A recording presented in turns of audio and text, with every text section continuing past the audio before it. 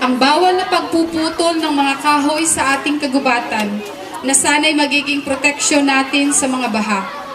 Mula noon hanggang ngayon ay patuloy pa rin ang mga programa ng pamahalaan upang maiwasan o ipagbawal ang mga maling gawain ito.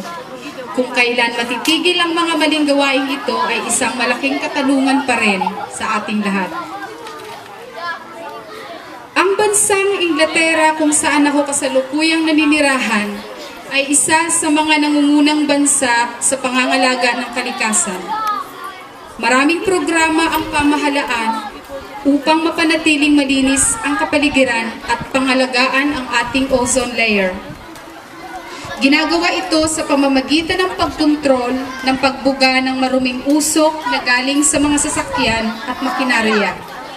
Isinasakatuparan ito sa pamamagitan ng paggamit ng maliliit o angkop lamang na makina para sa mga sasakyan, paggamit ng pampublikong sasakyan, at hinihikayat ang mga tao na maglakad o gumamit ng bisikleta sa halip na sasakyang gumagamit